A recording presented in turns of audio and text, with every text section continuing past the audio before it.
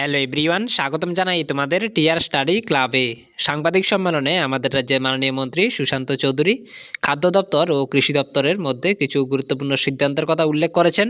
তো বিস্তারিত সব কিছু আপনারা শুনে নিন কী কী বলেছেন আমাদের রাজ্যের মাননীয় মন্ত্রী শ্রী সুশান্ত চৌধুরী। ভিডিওটি শুরু করার আগে আপনাদের কাছে ছোট্ট একটা রিকোয়েস্ট, আপনারা যারা আমাদের এই চ্যানেলে নতুন এসেছেন অবশ্যই চ্যানেলটিকে সাবস্ক্রাইব করে পাশে থাকা বেল আইকনটিকে অলে করে রাখুন, যাতে ত্রিপুরার বিভিন্ন শিক্ষা সংক্রান্ত ও জব সংক্রান্ত আপডেট আপনারা সবার প্রথমে আমাদের এই চ্যানেলে পেয়ে যেতে পারেন। নমস্কার জানাচ্ছি। আজকের এই সাংবাদিক বৈঠক আমাদের খাদ্য দপ্তর এবং কৃষি দপ্তর এর পক্ষ থেকে আপনাদের মাধ্যমে সারা রাজ্যের বিশেষ করে কৃষক সমাজ যারা রয়েছেন, কৃষক ভাইরা, তাদের উদ্দেশ্যে আমার ডান দিকে যিনি রয়েছেন ডাইরেক্টর ফুড সুমিত লোধ মহোদয় এবং বাঁদিকে যিনি রয়েছেন ডাইরেক্টর এগ্রিকালচার শরদিন্দু দাস মহোদয়। কিছুক্ষণ আগে আমাদের মাননীয় কৃষি মন্ত্রীর উপস্থিতিতে সারা রাজ্যের বিডিও, এসডিএম, পঞ্চায়েত সমিতির চেয়ারম্যান, আমাদের কৃষি দপ্তরের বিভিন্ন আধিকারিক, খাদ্য দপ্তরের বিভিন্ন আধিকারিকদের সঙ্গে ভিডিও কনফারেন্সের মাধ্যমে আমরা সিদ্ধান্ত গ্রহণ করেছি যে এবারকার রবি মরশুমে কৃষকদের কাছ থেকে সহায়ক মূল্যে যে ধান আমরা ক্রয় করব সেটা ডিসেম্বর মাসের 19 তারিখ থেকে সারা রাজ্যে শুরু করা হবে। আপনারা জানেন যে আমাদের সরকার গঠিত হওয়ার পর থেকে সারা রাজ্যে কৃষকদের কাছ থেকে সহায়ক মূল্যে ধান ক্রয় করা শুরু হয় এবং প্রতি বছর দুবার, খারিফ এবং রবি,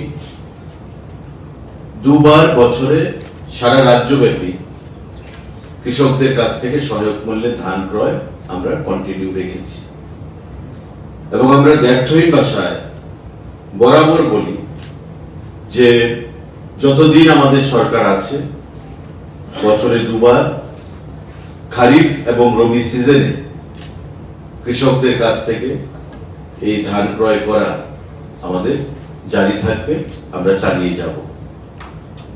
এবারও রাজ্য সরকারের এই সিদ্ধান্ত মোতাবেক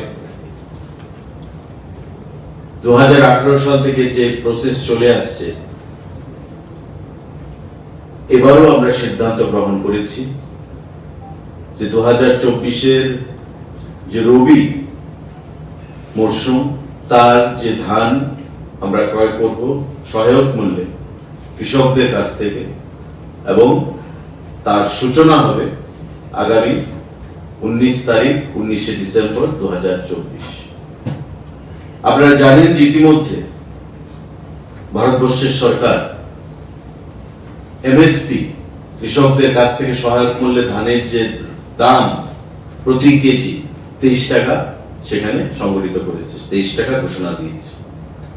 21 টাকা 83 পয়সা ছিল খারিফ সিজনে এবং সেটাকে বৃদ্ধি করে এখন সেই অর্থ হয়েছে প্রতি কেজি 23 টাকা এবং প্রতিবারই আপনারা দেখবেন 1 টাকা 1.5 টাকা করে প্রতি বছর সেই দাম বৃদ্ধি পাচ্ছে। বছরে দুবার ধান ক্রয় হচ্ছে, প্রতিবারই যে এমএসপি সেই এমএসপি বৃদ্ধির ঘোষণা কেন্দ্রীয় সরকার দিচ্ছে এবং রাজ্য সরকার সেটা আমরা সারা রাজ্যে কৃষকদের কাছ থেকে ধান ক্রয়ের মাধ্যমে আমরা পালন করছি। গত খারিফ সিজনে আমরা ধান ক্রয় করেছিলাম এবং সারা রাজ্য থেকে 16,000 মেট্রিক টন ধান আমরা ক্রয় করতে পেরেছিলাম। এবার আপনারা জানেন যে ভয়াবহ বন্যার কবলে পড়েছে রাজ্য গত অগাস্ট মাসে এবং কৃষকের যে ধান সারা রাজ্যে মাঠে ছিল তার ব্যাপক ক্ষয়ক্ষতি হয়েছে।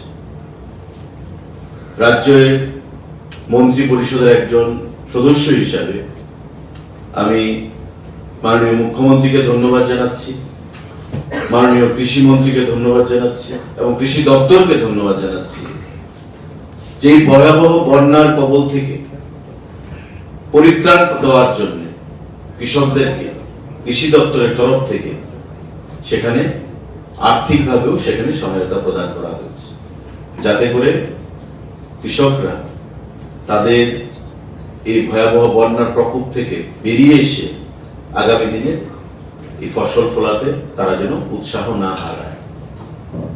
এবং আমরা আনন্দের সঙ্গে জানাচ্ছি যে এই ভয়াবহ বন্যার ফলেও আমাদের মধ্যে আশঙ্কা ছিল যে ধান হয়তো কম আসবে, কিন্তু আজকের ভিডিও কনফারেন্সের মাধ্যমে সারা রাজ্যে বিভিন্ন ডিস্ট্রিক্টের যারা আধিকারিকরা আছেন কৃষি দপ্তরে, বিভিন্ন এসএরা যারা রয়েছেন কৃষি দপ্তরের সাব ডিভিশন এবং বিডিও, এসডিএম, আমাদের পঞ্চায়েত সমিতি, ভার্চুয়াল মোডে আমরা যে মিটিং করেছি তাদের সাথে মাননীয় কৃষি মন্ত্রীর উপস্থিতিতে, তাতে সবাই যারা আমাদেরকে টার্গেট প্রদান করেছে যে এবার কি পরিমাণ ধান আমরা ক্রয় করতে পারবো, সেটা অত্যন্ত আশাব্যঞ্জক এবং আমাদের সাহসটাকে অনেকটাই বৃদ্ধি করেছে। এবং এবার যে লক্ষ্যমাত্রা আমাদেরকে দেওয়া হয়েছে সারা রাজ্য থেকে, সেটা হচ্ছে আমাদের 21,315 এমটি। 21,315 এমটি আমরা লক্ষ্যমাত্রা ধার্য রেখেছি।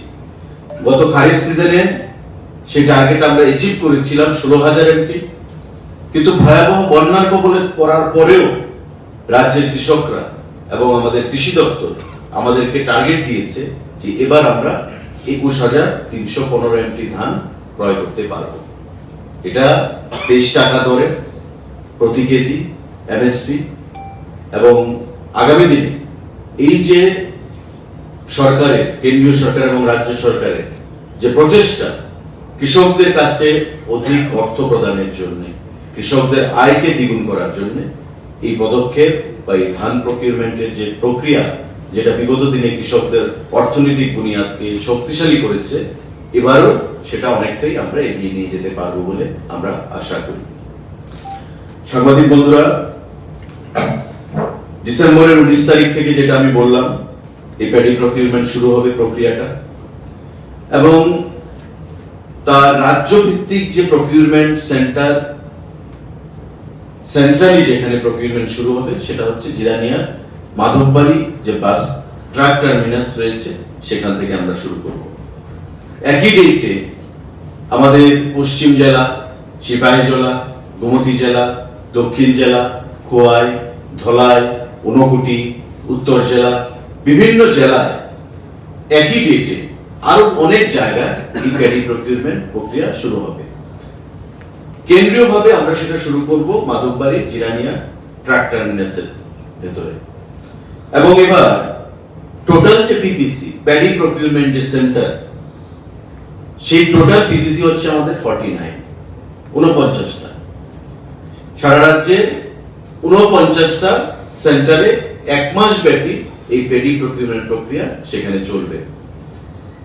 আমাদের টোটাল ব্লক 38টার মধ্যে, আপনারা জানেন 58টা ব্লক রয়েছে, তার মধ্যে 38টা ব্লকে এই প্যাডি প্রকিউরমেন্ট সেখানে সম্পন্ন হবে এবং নগর পঞ্চায়েত 1টাতে সম্পন্ন হবে, সাব ডিভিশন 19টাতে সম্পন্ন হবে।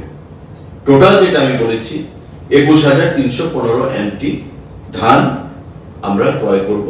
আজকের মিটিংয়ে মাননীয় কৃষি মন্ত্রীর উপস্থিতিতে সেই সিদ্ধান্ত গ্রহণ করা হয়েছে সারা রাজ্যে বিভিন্ন আধিকারিকদের কাছ থেকে। আমি একটা ডাটা আপনাদেরকে দিতে চাই। 2018-19 থেকে আমরা এই প্যাডি প্রকিউরমেন্ট প্রক্রিয়া শুরু করেছিলাম সরকার আসার পর। এখন পর্যন্ত টোটাল 2,78,059.696 এমটি ধান আমরা ক্রয় করতে পেরেছি সারা রাজ্যের কৃষকদের কাছ থেকে, বছরে 2বার করে। 2,07,859,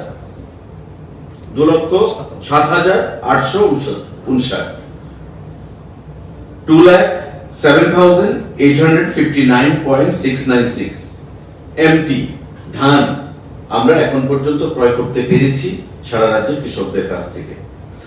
এবং এতে করে যে নাম্বার অফ ফার্মার্স বেনিফিটেড 1,08,127 জন, 1,08,127 জন কৃষক সেখানে উপকৃত হয়েছে।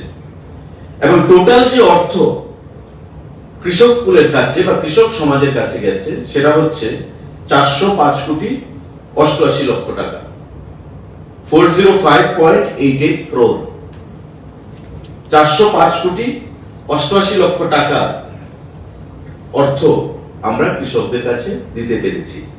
এবং আপনারা জানেন যে প্রতি বছর এমএসপির রেট সমান থাকে না, প্রতি বছর সেটা বৃদ্ধি পায় এবং সেটা বৃদ্ধি হয়ে এখন আমরা 23 টাকা দর প্রতি কেজি সেটা আমরা ঘোষণা করেছি।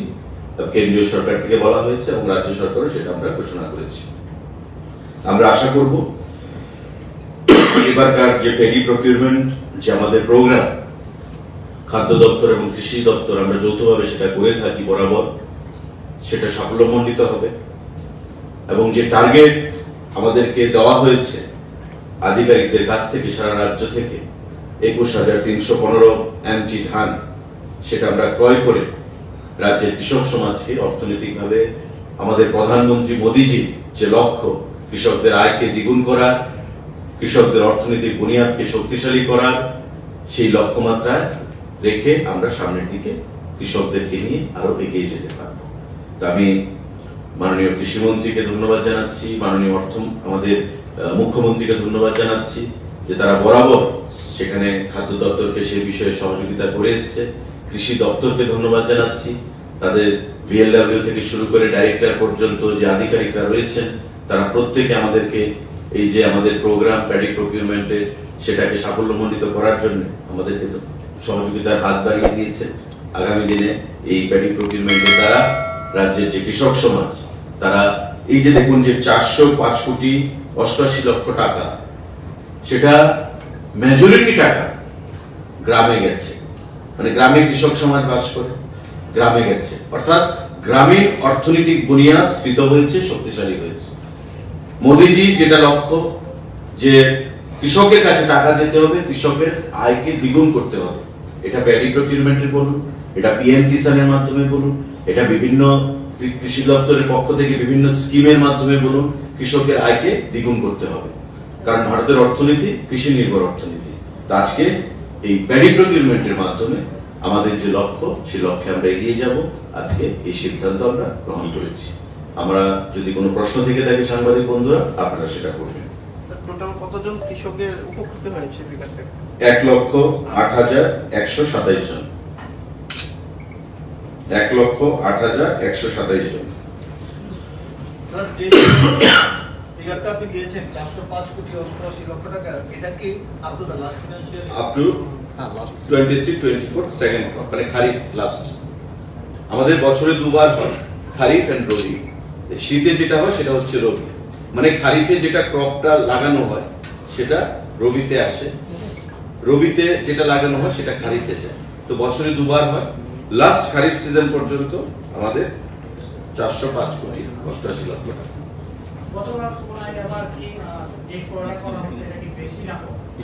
অনেক বেশি, কারণ গতবার খারিফে আমাদের যে লক্ষ্য ছিল এবং যে অ্যাচিভমেন্ট সেটা ছিল 16,000 এমটি, এবং সেটা আমরা 16,000 এমটি অ্যাচিভ করেছি।